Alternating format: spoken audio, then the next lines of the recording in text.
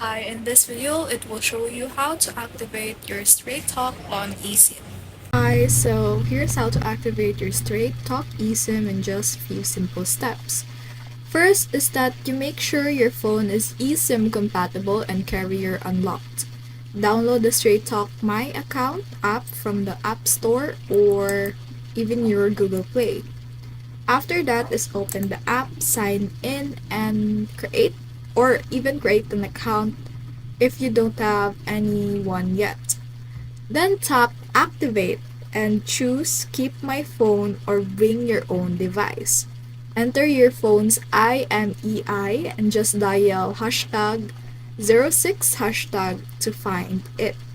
Select a plan, then choose eSIM when asked how you want to activate.